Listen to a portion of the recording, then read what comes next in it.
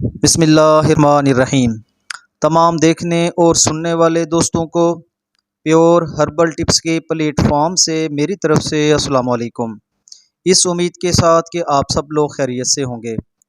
دوستو، شوگر کا زخم ایک ایسا ڈھیٹ زخم ہوتا ہے جو ٹھیک ہونے کا نام ہی نہیں لیتا۔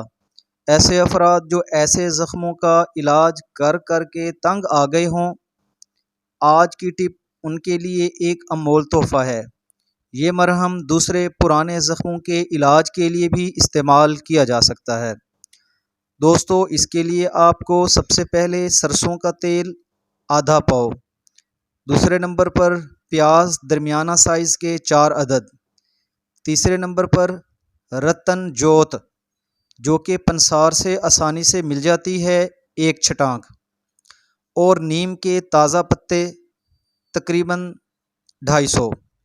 ان تمام چیزوں کو سرسوں کے تیل میں کھلی فضا میں پکائیں، کیونکہ پکتے وقت اس سے عجیب سی بو آئے گی۔ پکاتے وقت تھوڑے تھوڑے وقفے سے اسے آگ سے اتار کر ڈنڈے سے کوٹتے رہیں، پھر آگ پر پکائیں۔ جب یہ پیسٹ کی شکل اختیار کر لے تو اسے اتار کر ٹھنڈا کر کے محفوظ کر کے رکھ لیں۔ جب بھی زخم پر لگائیں تو اسے پہلے نیم گرم کر لیں، پھر روٹی کے ساتھ زخم پر لگائیں۔ انشاءاللہ چند بار لگانے سے زخم ٹھیک ہونا شروع ہو جائے گا۔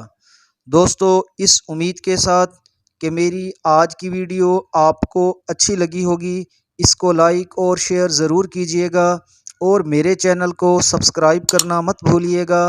اپنا خیال رکھیے گا۔ اللہ حافظ۔